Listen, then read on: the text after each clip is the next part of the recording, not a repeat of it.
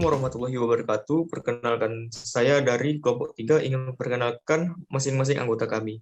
Yang pertama Muhammad Ege Pelandani, Nova Novela, dan Mila Hirma. Kami akan membahas tentang angka putus sekolah di Indonesia.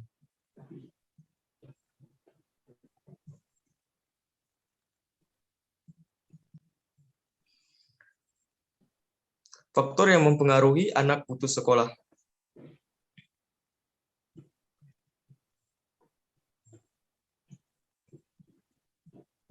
Pendidikan yang memiliki peranan yang sangat penting dalam membangun sebuah negara, yang mana pendidikan pasti mengalami perubahan, perkembangan, serta perbaikan sesuai dengan perkembangan zamannya.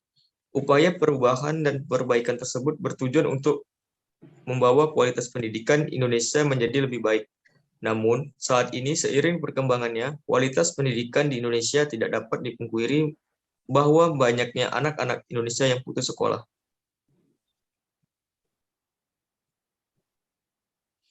Putus sekolah menjadi masalah yang cukup serius karena ironis dengan pemerintah yang gencar memajukan pendidikan nasional.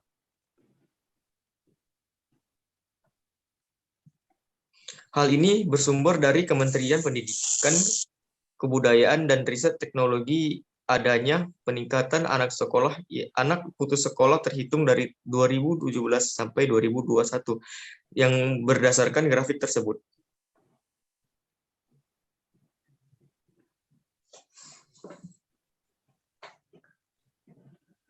Kita masuk ke pembahasan yang akan disambung oleh Mila Hirma. Kepada Mila Hirma kami persilakan.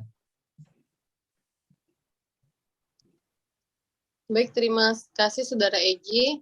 Baik, selanjutnya ialah konsep teori, yang mana anak putus sekolah adalah keadaan di mana anak mengalami keterlantaran karena sikap dan perlakuan orang tua yang tidak memberikan perhatian yang layak terhadap proses tumbuh kembang anak, tanpa memperhatikan hak-hak anak untuk mendapatkan pendidikan yang layak.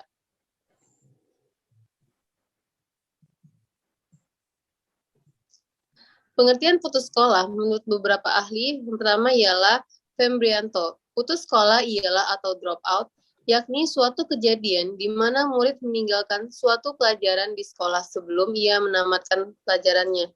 Yang kedua ialah menurut Suparlan.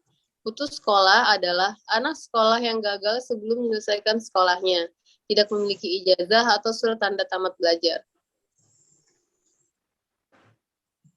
Pada tahun 2021, laporan Kementerian Pendidikan, Kebudayaan, Riset, dan Teknologi menunjukkan ada 75.303 orang anak yang putus sekolah pada tahun 2021. Jumlah anak yang putus sekolah di tingkat sekolah dasar merupakan yang tertinggi sebanyak 38.716 orang.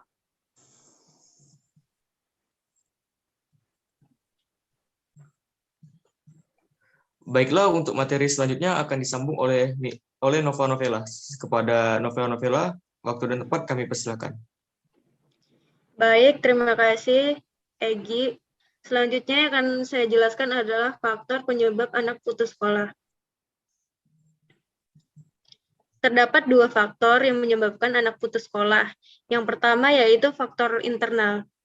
Di faktor internal ini, yang pertama yaitu timbulnya rasa tidak percaya diri atau sering dikenal dengan istilah insecure. Rasa insecure dalam bersosialisasi di sekolah yang didiamkan lama-kelamaan akan mengganggu psikologis siswa ini sendiri, di mana ia merasa sekolah bukanlah tempat yang nyaman untuknya, bukanlah tempat di mana ia merasa dihargai dan diapresiasi. Kemudian yang terjadi ialah siswa ini akan mencari kesenangan di luar sekolah dan memutuskan untuk putus sekolah. Lalu yang kedua ialah pergaulan bebas. Kebebasan dalam mengakses media sosial membuat segala hal yang diinginkan dapat diakses tanpa terkecuali, yang mana konten yang ditayangkan tidak semuanya cocok untuk anak-anak di bawah umur. Hal ini tentunya berdampak pada perubahan pola pikir anak-anak di bawah umur sehingga angka pernikahan di usia dini pun meningkat. Kemudian ada faktor eksternal. Faktor eksternal yang pertama yaitu perceraian dari kedua orang tua yang memaksa anak untuk memilih satu di antara keduanya. Yang terjadi ialah anak akan menjadi korban dari keegoisan kedua orang tuanya.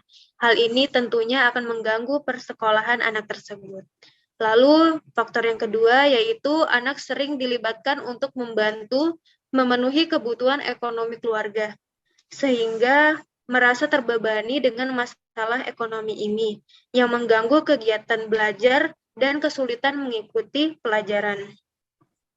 Lalu kemudian ada guru bersikap pilih kasih. Seringkali guru bersikap tidak adil dengan hanya mengandalkan satu murid saja. Sikap yang tidak profesional ini menyebabkan timbulnya kecemburuan antar siswa. Kemudian ada akibat dari anak yang putus sekolah. Akibat yang ditimbulkan dari anak yang mengalami putus sekolah yaitu kenakalan remaja. Adanya tawuran antar anak sekolah, kebut-kebutan di jalan, perkelahian. Selain itu, akibat yang ditimbulkan ialah perasaan minder dan rendah diri. Karena tidak ada kegiatan yang menentu, sehingga kadang-kadang dapat menimbulkan kelompok-kelompok pemuda liar. Anak-anak nakal dengan kegiatannya yang bersifat negatif, seperti mencuri, memakai narkoba, mabuk-mabukan, menipu, dan lain sebagainya. Produktivitas anak putus sekolah dalam pembangunan tidak seluruhnya dapat mereka kembangkan, padahal semua anak Indonesia memiliki potensi untuk maju. Selanjutnya adalah penanggulangan anak putus sekolah. Ada beberapa cara dalam penanggulangan anak putus sekolah. Yang pertama yaitu sistem paket. Sebagaimana dimaksud adalah anak didik putus sekolah diikutkan dalam program kelompok belajar yang mana paket A bagi mereka yang tidak tamat SD dan paket B untuk mereka yang belum tamat SMP. Dan ada juga paket C itu untuk yang belum tamat SMA. Departemen Pendidikan Nasional juga menyediakan pendidikan alternatif untuk mereka yang kurang beruntung tersebut, yaitu disebut dengan pendidikan kesetaraan. Pendidikan kesetaraan itu ditujukan untuk menunjang penuntasan wajar Dikda 9 tahun, serta memperluas akses pendidikan menengah yang menekankan pada keterampilan fungsional dan kepribadian profesional. Kemudian yang kedua yaitu SMP terbuka. SMP terbuka ini merupakan sekolah formal yang berinduk pada SMP reguler yang terdekat baik negeri maupun swasta, yang memenuhi syarat dalam bentuk pendidikan terbuka dan pendidikan jarak jauh. SMP terbuka ini menitikberatkan pada belajar secara mandiri, tetapi tetap ada kegiatan tatap mukanya, namun memang terbatas.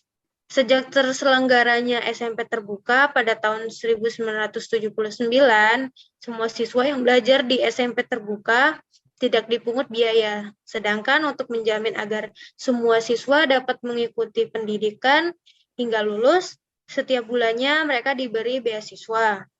Pemerintah melalui Departemen Pendidikan Nasional menyalurkan dana operasional untuk SMP terbuka melalui mekanisme BOS.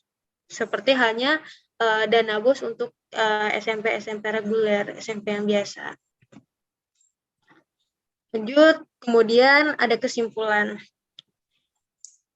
Kesimpulannya ialah ada dua faktor yang menyebabkan banyaknya anak yang putus sekolah, yaitu faktor internal yang berasal dari dalam diri sendiri dan faktor eksternal yang berasal dari lingkungan sekitar. Namun jangan khawatir, hal ini dapat ditanggulangi dengan berbagai pelayanan yang telah difasilitasi oleh pemerintah. Untuk itu, jangan pernah putus asa dan tetap semangat untuk anak-anak yang sekarang masih sekolah. Dan untuk yang sudah putus sekolah juga jangan minder karena tidak ada kata terlambat untuk berubah menjadi seorang yang lebih baik. Untuk caranya dari kelompok kami yaitu sebaiknya negara harus hadir mencegah angka putus sekolah yang semakin tinggi.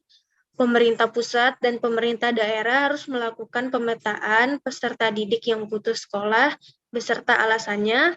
Nah, hasil dari pemetaan ini nantinya dapat digunakan sebagai intervensi pencegahan oleh negara.